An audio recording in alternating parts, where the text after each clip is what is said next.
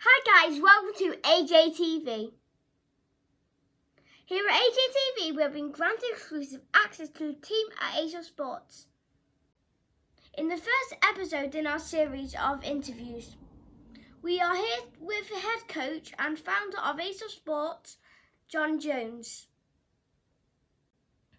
Before we start with the interview, let's take a look at John in action. Let's roll VT.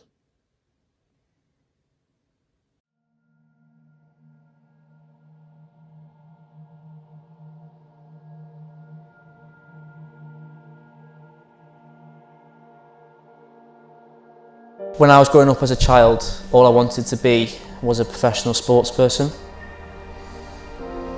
I made a promise to myself that I'd do everything in my power to achieve my goal. I managed to do some great things in sport and make some amazing memories, but circumstances meant my dream was cut short. When I finished my career, I wanted to start something and not waste all the knowledge that I've learnt and start something that would help other people achieve their dreams and goals. I wanted to build something that would help other children like me. ASOS Sports is professional sports coaching designed to help children achieve their goals just like I wanted to achieve mine. Everything we do is done to the highest possible standard. Everything I've learned is there to help every other child that wants to work with me. And I'll be there in the rain, the snow, the cold weather, no matter what it takes. I want to help you get there. That's my promise.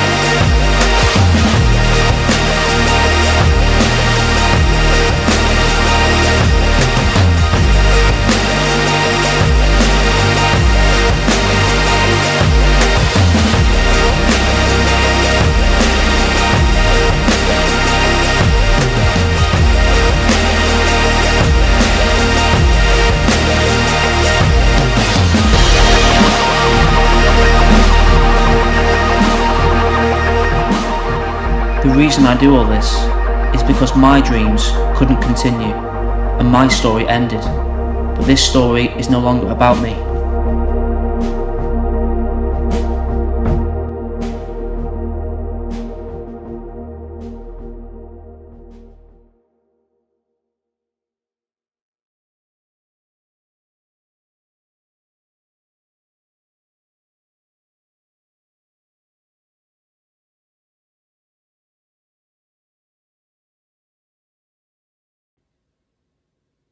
Hi John, thank you for taking the time to speak with us today.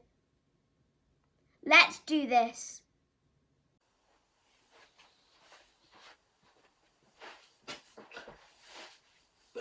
Okay, so firstly I just want to say a big thank you to AJ for having me on his AJTV channel. It's the first interview I've done. I know we have a Q&A about to release shortly. But yeah, this is the first interview from another channel that I've done about myself, and I don't even know what the questions are. So what I've purposely done, and this is just me being totally honest, I've not looked at the questions or heard the questions beforehand. So I'm looking forward to see what AJ's got to ask me. Okay, let's go. What is your fondest sporting memory? What is my fondest sporting memory? It's difficult really, because you could go back to all the way back to before I played at a high level. Them days are always great because you're playing with your mates. But I'd probably have to say there's loads at Liverpool, loads. I'd probably have to say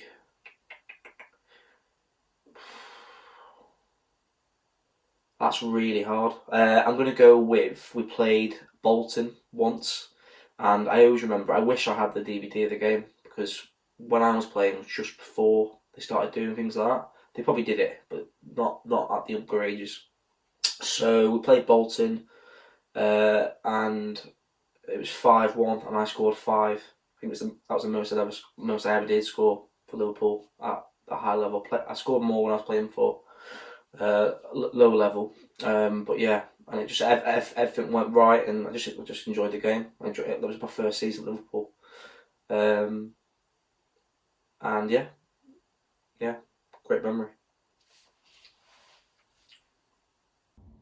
How old were you when you started playing football? How old was I when I started playing football? I would have been not really young. I always remember I got taken. My family own a pub in North Wales in a place called Nurquis, and it's a little village. And basically, I wanted to try and get involved in it. And my mum at the time took me to the house of the manager. I remember they were chatting on the drive, and then she got back in the car, and she basically said that, oh, he hasn't got any room for you. So I was like, oh, right, nice. Basically, didn't want me. And that would have been around probably about 7, maybe yeah, 7, 6 maybe. So yeah, wasn't mega young, but just because everyone else was doing it, I wanted to try my hand at it. And to be honest, at the start, I wasn't that great at football. There was even a time where I stopped playing for about a year and a half, and it's because I just felt like I was that bad that I didn't want my mum and dad or whoever was paying to pay the subs each week. Yeah,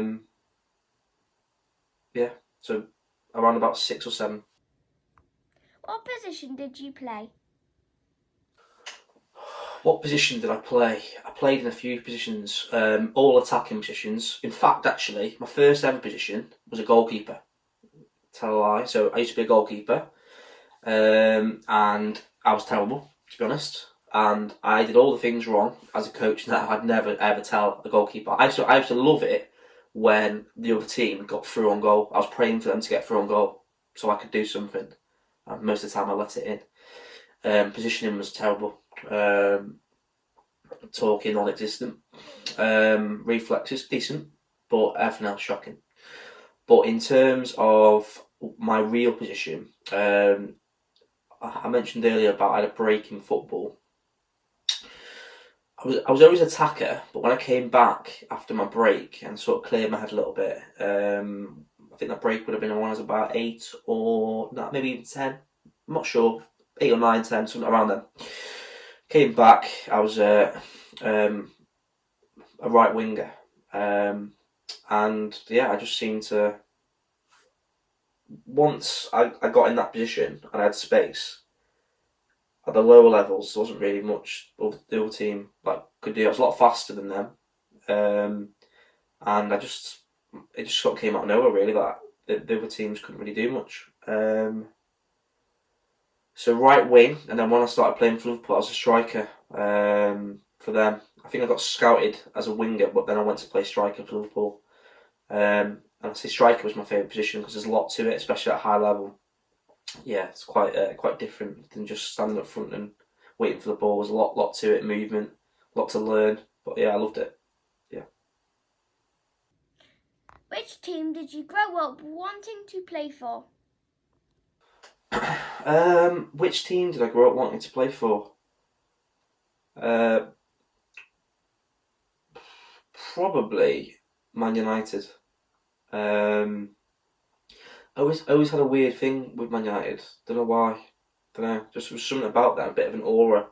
And weird enough, I got a chance to play for them as well. But at the time, I wanted to go to Liverpool. Weirdly, but yeah, early days. My dad, who is basically one of my best mates now. He was a massive Man United supporter, and I supported Man United as well. And yeah, it was just something about some of my best mates supported Man United, And it was just that thing, like where I come from in North Wales, not many people go and play football at a really high level. And I think Man United was the club that everyone always sort of thought, if you did that, then you've done well. So yeah, I'd probably say Man United. As a young footballer, was there a particular player you wanted to emulate, and if so, who? This one's pretty easy for me. Wayne Rooney. I think Wayne Rooney was probably the reason I started wanting to play at a high level, because I remember watching that goal against Arsenal. I think he was only young. I think at the time, I don't know how old I would have been, but I was always comparing myself to him in terms of what he'd done. And I obviously didn't go and do what he did, but I'm just saying, I think that's good. I think if you're able to do that, set yourself a really high target in life. If it's business, I'm business related now, but I think a lot of people are scared of setting their bar really high and then failing. But failing's not bad. It means you've tried to strive for something really good. Maybe you haven't made that, but where have you made? It's probably a lot better than what you would have made if you were just settling for the norm. So for me, Rooney was great, came through the ranks, and he was just the way he played. He was just bullish, strong, and his physique, at the time, I think I would have been probably still playing local football, yeah, definitely. So that was all my strengths. I wasn't technically very good. I was just strong, fast, and yeah, basically that was similar to Rooney. And yeah, Rooney was the man for me. Out of all your sporting achievements, which is the most special to you?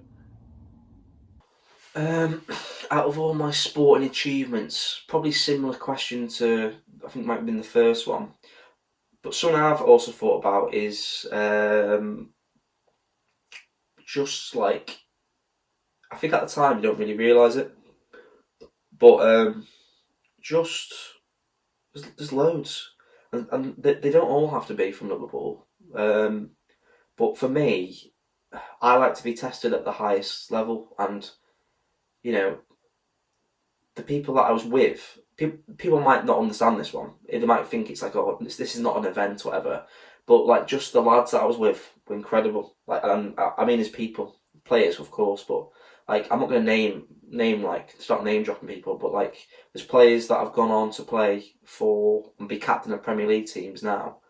They're just top lads. I still speak to them now, and they're just top people. So for me, to now in life, you know, I've come out of it in quite a nice position. I've worked hard, but in terms of the question, just achievement, like being around them people, just knowing them people, and you know, still hopefully being able to call them some sort of a friend now, a long distance chat now and then.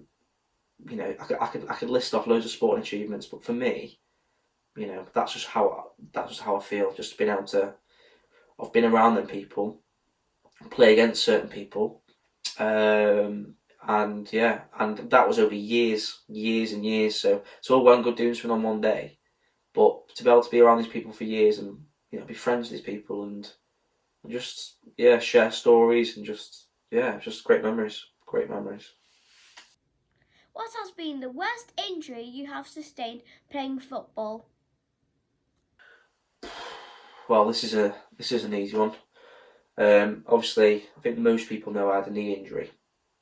So how did this come about? So basically, in my knee, after Liverpool and after training with a few other teams in the UK, I went to play in Spain, and basically the knee started to feel a little bit not painful, but not performing the same. And I just couldn't. I spoke about speed earlier. I just couldn't react as fast. I couldn't move. And again, at that level, it's that 1 or 2% that makes a big difference. And I started noticing it a little bit back in the UK. I trained with a few teams and played with a few teams like Wrexham and other teams as well. I went to play with Stoke and other things like that as well. And I just didn't feel the same. Just something wasn't right. So anyway, went to play for a team out in Spain. Again, wasn't feeling right, but a lot worse when I came back. Came back for a Christmas break, and I'd gone from quite warm weather in Spain to really, really cold, snowy weather here. I think it was 2008, 2009. Basically went back to Spain after that, and that was it. Done. Like, the football was done. Like, I couldn't play the same as I used to be able to play. And I'd kind of noticed something not right, like I said, in about the 6 months or so before I went. But after that little thing, I just couldn't work out what it was. So I went to see some of the doctors who I still spoke to back at Liverpool, and they couldn't really work out what it was. And it was only quite a while later that I found out I had arthritis, and the fact that I'd gone to Spain and the fact that I'd come back into the cold weather, it's just highlighted that I probably had it for years, and it started taking a toll as I got a bit older. It's fine now, well, it's not fine. I certainly couldn't be playing a football match. And yeah, don't get me wrong, my knee does sort of come out of place sometimes, but I'm kind of used to it now. Does it bother me about that? I think it obviously helps that I managed to do quite well out of life in terms of business and whatever else, and go and see the world through another way rather than just football in terms of business and whatever. So one day maybe it will, but for now I'm quite happy doing what I'm doing. And yeah, some people might say I'm quite fortunate, but I've worked very, very hard. And I've worked really hard with obviously a bit of luck as well, but I'm quite comfortable, happy life. So as long as I can carry on walking and carry on coaching, I'm happy. Looking at footballers today, who do you think sets the best example for young aspiring players? That's a great question. Who do I think sets a good example? Well, loads of people won't agree with me on this, but I'm talking from a performance point of view and also understanding that world a little bit. I think Cristiano Ronaldo is just a world apart for me. And that's in terms of, people might go, oh, he's a bit flashy, a bit arrogant, but that's up to him. Like, you don't probably get how hard this guy probably works. Well, not probably, does work. He's obsessed. So it's, again, I relate it to other things, like example like Floyd Mayweather. People think, you can't say that. Well, do you think this guy just gets out of bed and just goes and earns 40, 50, 100 million in a night? It comes through years and years of hard work. And again, it might sound like I'm relating everything to money here or things like that, but for me, it all comes down to your dedication and hard work. You look at stories, example, Ronaldo, flashy guy, flashy cars. You listen to the stories of like Roy Keane, what they say about him, like about going to train and going to put the work in when no one else is really bothered. He used to train with weights to his ankles, and they all used to laugh at him. Can you imagine going into that Man United team back whenever it was, and they're all quite old school, Gary Neville, Phil Neville, Giggs, Scholes, Keane, and then doing these things that they're thinking, oh, that's a bit weird. And they probably said to him, what's that? What are you wearing weights on your ankles for? But for me, to have the courage, determination, in a dressing room like that, to go and do your own thing, that's impressive for me. So I'd say Cristiano Ronaldo. What advice would you personally give to young aspiring players? What advice would I give? The first thing is, you've got to enjoy it. So example, going back to my little story before about when I left football for a little bit, I was a bit disillusioned with it. And this wasn't that high level, it was just local football. So if you don't enjoy it, don't do it. You're never going to be a footballer if you don't enjoy it. And obviously you've got to be good at it as well. So you might go, well, how do you be good at it? Well, training is the key. You've got to work hard at what you do. I didn't just, I might make it sound like I just become good overnight, but I used to work a lot on little things that people probably don't even think about, and that was on my own. and I use a lot of them with our players now. And that helped me transition. And I don't mean from Mould, which is like my original team, to Liverpool, because that was what I jumped. It was just from being on the bench at Mould, not playing, to playing every game and scoring like 12 goals for Mould. I think in the season that I signed for Liverpool, I scored 77 by Christmas, which is not bad. So in terms of what do you need a skill, natural skill. You need a little bit of that, or something, some element in you, speed or something. You need the enjoyment of the game. So you need to actually enjoy it. If you don't enjoy it, there's a problem, okay? And you need, for me, a lot of people will probably say you need the parents. I don't think I used to when my local team played. I used to live across the road. I used to walk there, walk back. My mum, or whoever, family wise, wouldn't come and watch. So that few months I scored 77 goals. Not one family member seen any goal. But I'm not bothered by that. I'm just saying you don't. It's great to have someone who takes you to the games and helps out, but you don't need someone who's shouting in your ear. And that helped me when I was playing for Liverpool as well. Every performance I did for Liverpool, I didn't worry about what my dad was saying or whoever, because they never. I don't think he gave me one bit of advice. I think he said once you got to shoot a bit early. That's it, and it was a joke. Okay. So for me, skill, enjoyment, passion, yeah, and also I guess the final one is that determination, because once you get to maybe 14, 15, 16, and there's always other things happening, especially with the world today, with like say TikTok and Instagram, whatever. If you're on them all day, you got no chance. You got to be out hustling with the ball, doing your thing, and learning the ball. The ball's there. I think some people just think, oh, it's all right, I know it now. You don't.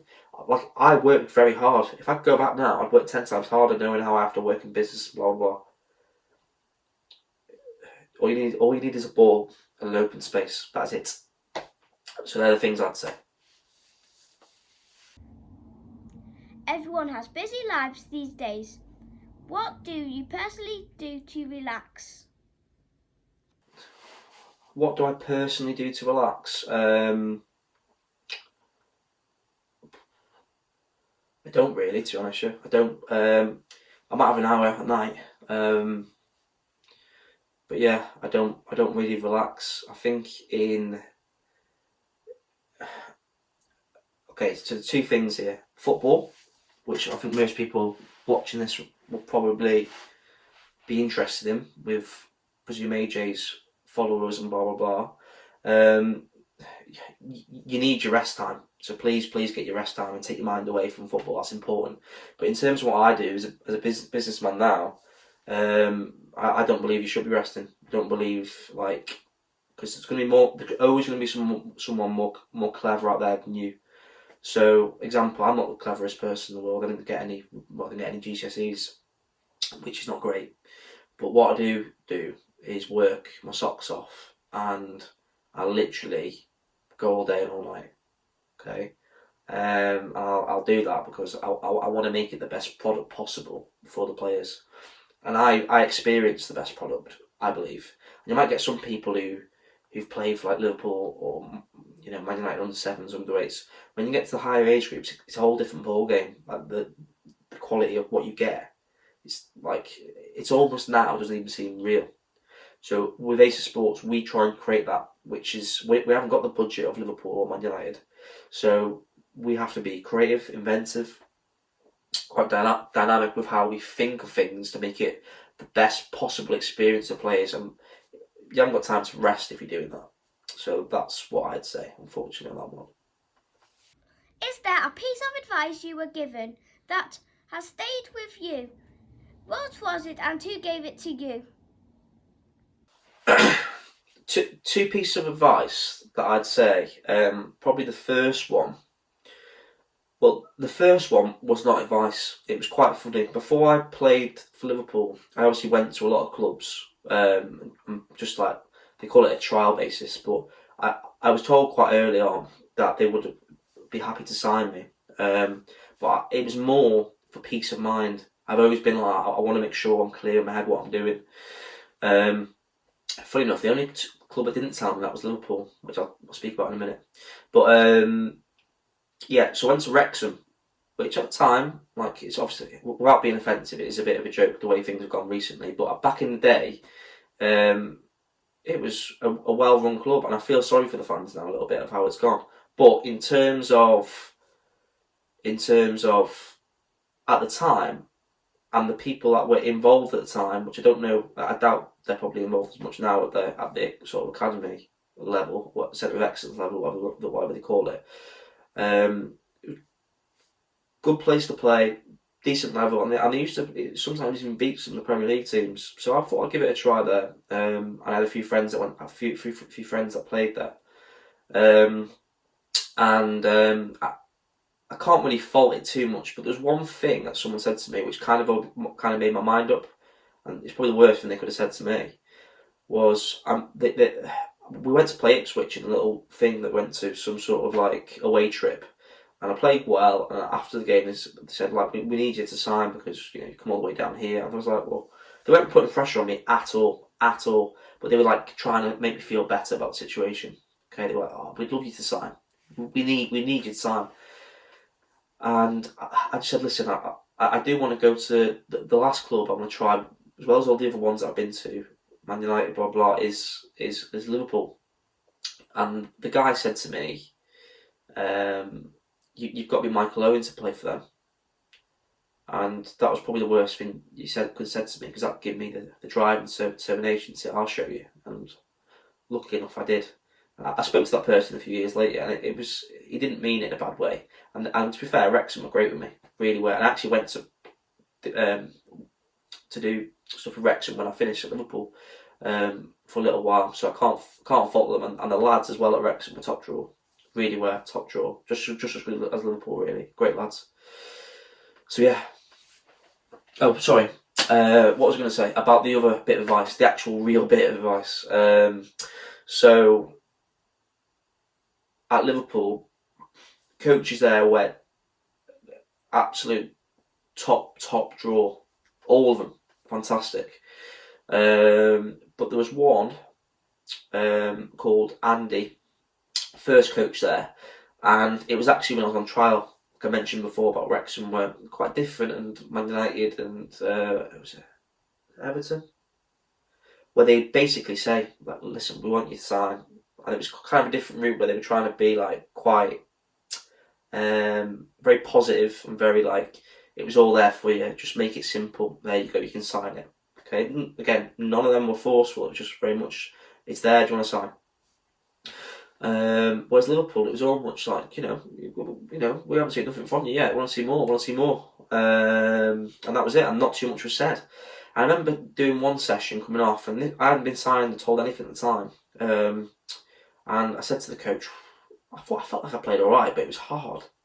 The lads there were top draw. And I remember saying to the coach, guys, it's quite hard here, isn't it? Like compared to the other places I've been, because they knew I was playing at other teams as well. And he went, well, no one said it's going to be easy, and that's very true. Like, it's not, is it? Like, that is life. It's like no one said it's going to be easy. If it was easy, everyone would do it, wouldn't they? So yeah, great advice, simple but effective, I think. Family and friends are important to us all. Who is your biggest fan and why? My biggest fan, probably my dad. He gets involved in everything that I do, and to be fair, going back to Liverpool even, he'd take me to pretty much every game, every away game. Like, I wouldn't go on the bus because there was no point going to Liverpool to then go there. Yeah, my dad, and even now with business, I think he's probably even more probably proud now. Of what I've created and what's happened recently with everything that's gone on with Ace Sports. I think he's very proud of that. Example, I've just ordered a new car, and like, he's more excited than I am, I think. So I think, yeah, my dad, I'd have to say. But obviously, I'm probably cutting off. There's loads of people. There's loads of people that I could say, like in my family, friends. But I'm just saying my dad because I had to say one. Looking back, what advice would you like to give to your younger self? I'm probably quite lucky in the fact that I felt like I've done the best that I could at everything I've done. Maybe the one thing I probably would say is work a little bit harder, but you'd always say that. I'd say that to myself last week. I know I couldn't have worked any harder. So I was actually thinking about this the other day when I was trying to get inventive under this lockdown period. I was thinking, God, it's quite hard this. Luckily, the Ace of Sports challenges have done. I've gone crazy. But you know, with being a young footballer, I think a lot of people they might be good at dribbling. So I was pretty good at dribbling, but you can always get better. Don't just go, oh, I can do that. I'll do something else now. Always try and get better at these things, and it's difficult because you don't get bored.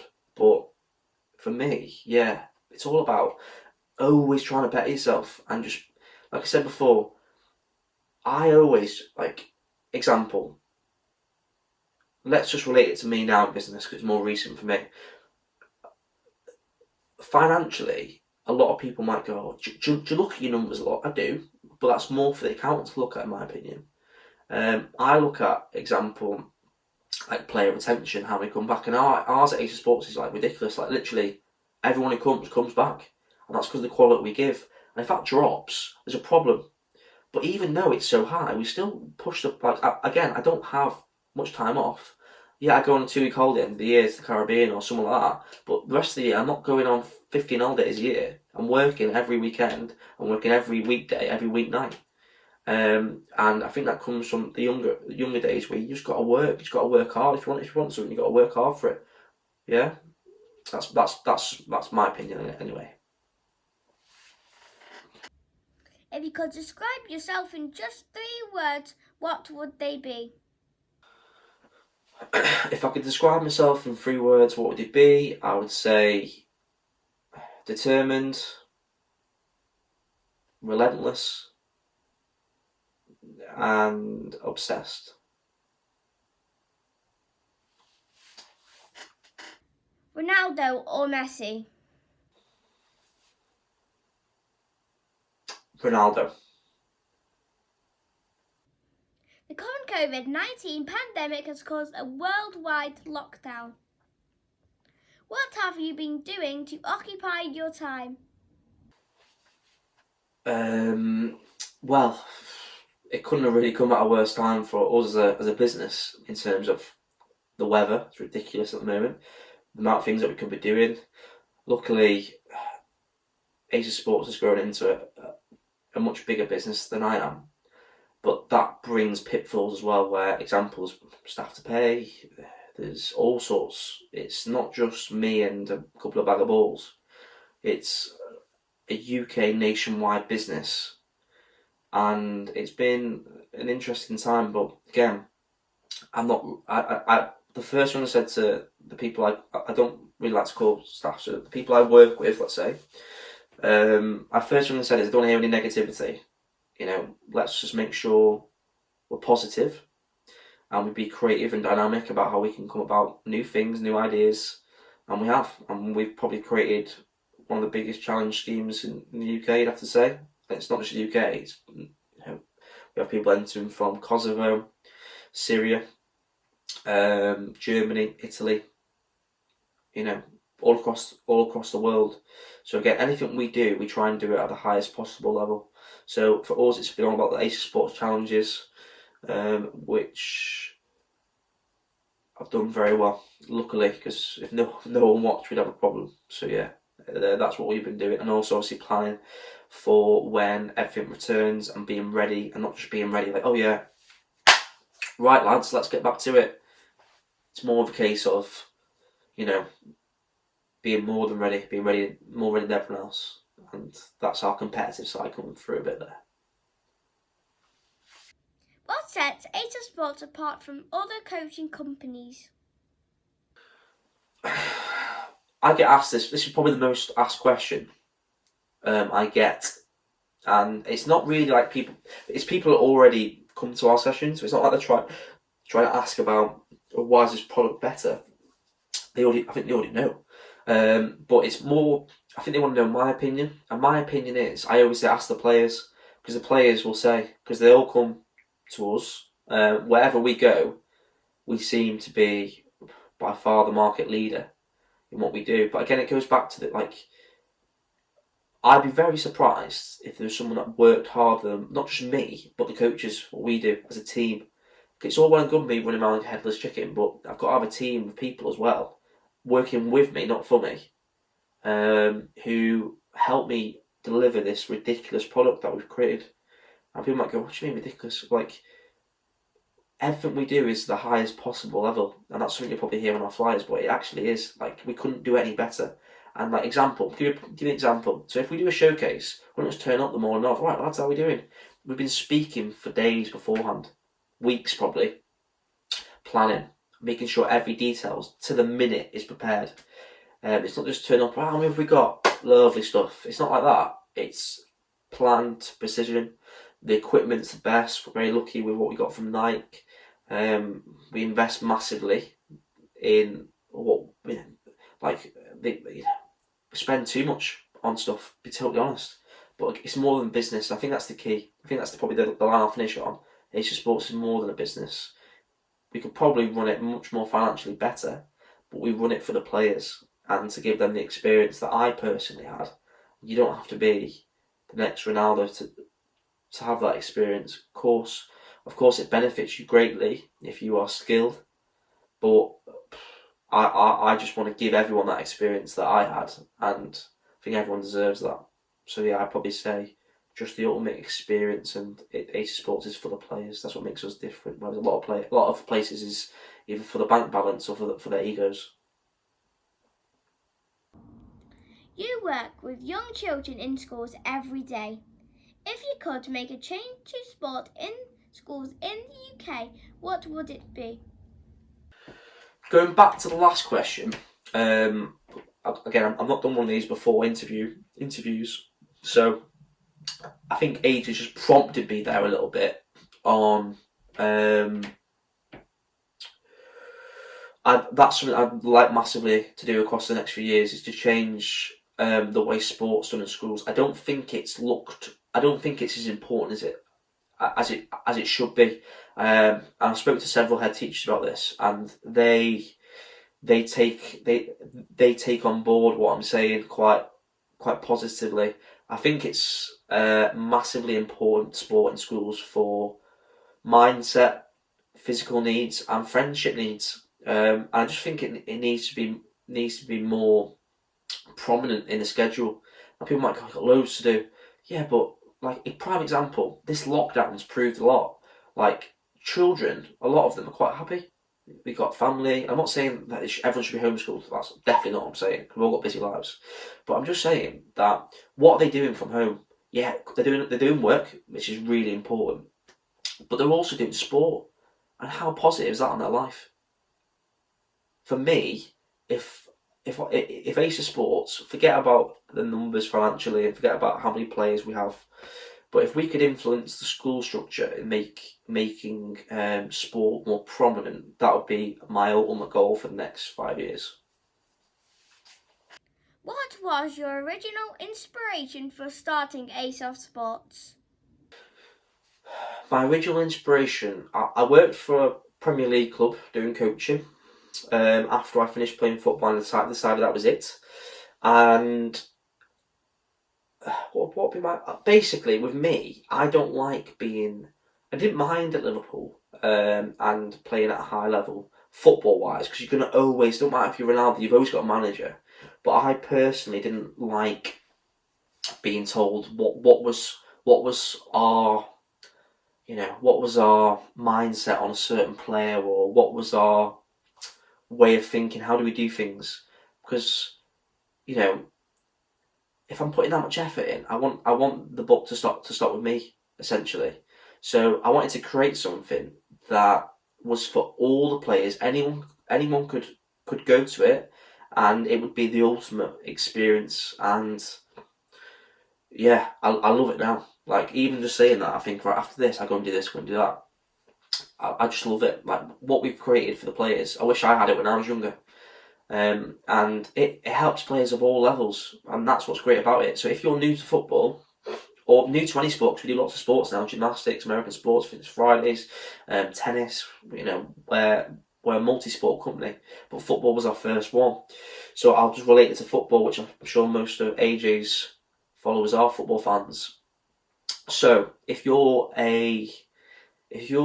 someone who's just starting off with football, the sessions are designed to help you build the basic skills, but at a high level, okay? But then it's not hard to understand, okay? We'll talk you through it. Going up to that middle level where you probably play for a local team and you just want to get better, well, there's lots in there for you as well. And of course, going back to, you need to build them basics stronger as well, because the dads who do local team football are doing a great job, but you need to be coached professionally as well, which they would, I'm sure, agree with, because they're doing a great job and we speak to them all the time. But you need to build them basics stronger.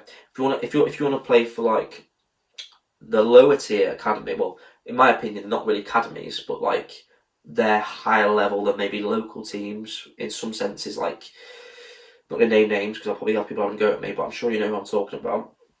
So that level, great, we'll push you on, because there is more technical things you might need, because you might play against better teams. So, example, how to shield the ball, how to protect the ball, how to do certain things on the pitch, positioning, structure of your team, how to stick to a plan in terms of how you play a game. Then finally, pushing on to the highest level in terms of Premier League academy football. Well, you need everything from that I've just mentioned, plus more, plus mindset. And I think that's what we're big on as well. We don't just say, turn up, see you later. We'll stay in contact with the players in between our sessions and just check up on them. And a lot of the families become friends, as silly as that sounds. But it's just the way it happens, because we're so on it with how we do things. So, yeah. Without disclosing too much of your plans for the future, where do you see Ace of Sports 5 years from now? When I first started Ace of Sports, I had, literally, there was no big bank loan or anything like that. It was just being me, a piece of paper, and I actually went to a friend's restaurant to see what he thought. It was no big meeting or whatever. It was an idea I had, and it was just something I wanted to create. Now, the reason I mention that is because at the time I had a 5-year plan, and I don't really want to speak about numbers too much, because again, we're not massively on that. But just to give you an idea, in terms of, let's just say not financially, but players, we're probably about 30 times more players than where we should be based on that plan. If I would have written that plan day one, if I would have wrote that plan day one and put in the things that we've actually done, people would have thought, they probably would have put me in a straitjacket, because what we've obviously achieved since then through hard work and a bit of luck, of course, is obviously quite mad. Nationwide company, that was probably never going to be in my plan, to be honest. So I don't know. Of course we have a plan. I don't want to, like AJ says, disclose too much, but we do have a lot of things in the pipeline, and we always do. And we're not one of them companies who go, yeah, watch out because we've got this coming.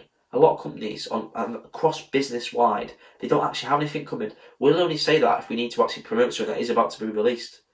And that's like a few days before. Some people go, meetings, blah blah. For me, a meeting's no good. Like, that means nothing.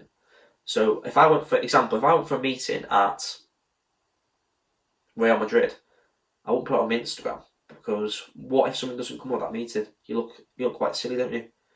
Okay. So for me, don't want to disclose too much in that, but all it is, it's about trying to develop our product even better. Just, that's all it's about. And our plans, to give you a bit more of an insight, maybe for those who want to maybe start a business, maybe we do a weekly plan, because things change every week when your company's growing as fast as what we do. 5 years down the line, That's a long way. Of course, we have a plan. We don't just go, well, we'll see what happens. But I am focused and I check daily on our weekly plan and see how that's developing. Because, like, example, if I look back to, I did this yesterday in the shower, I was thinking back to this time last year, and I'd be embarrassed if that was happening now. So that's my way of thinking weekly, and it's just about developing the product that we've already got and making it again quite clearly the best in the UK. That's my plan, and we're on a good road for that. Since its conception, Asian Sports has gone from strength to strength. To what do you owe your success? This is quite a quick answer, I think, really, because I actually answered this the other day. I say I haven't done an interview. I did a phone interview, but not a video one like this. A phone interview with a local paper the other day. They asked me 4 questions, and this was one of the questions. But I think this will go out before. So, real simple. For me, I put the success down to the mindset of coming from an academy, professional Premier League academy, that it's always sort of dog eat dog. You got no time to rest and time to stop, and just also enjoying the process along the way. I literally love what we do, but at the same hand, prime example is today. I know I can't leave the house, but I don't have to work. I don't have to work probably for a long time, in financial ways, but in terms of what I want to work and I want to provide what we do for the players, and it's that drive, and I think you get that from being around these top players. And to be honest, it's not name dropping. I'm just telling you their names because I think they deserve to be said. But there's loads of players from that Liverpool team, like Connor Cody, John Flanagan. There's players that you might not have heard of, like Matty McGivern and people like that, who, like, their drive was second to none for me. And there's loads of players around the country that I've played with or played against, and their drive and determination is what you need. So I put it down to that, and it all comes from being around these people. Thank you, John, once again for today. It's been great having you with us. Thanks for having me. Again, this is the first interview I've done with another channel. I've done interviews, papers and blah blah, but with an actual channel. This is my first one, so thanks for having me. I've tried to be honest as I could. Honestly, I've not heard or seen these questions before, so I just tried to be as honest as possible and as detailed as possible. I tried to relate it a little bit to the channel as well, AJ, so hopefully that works for your followers, and maybe even if you have some business related followers as well, which I'm not sure if you do, but maybe you do. Hopefully it's helped them as well.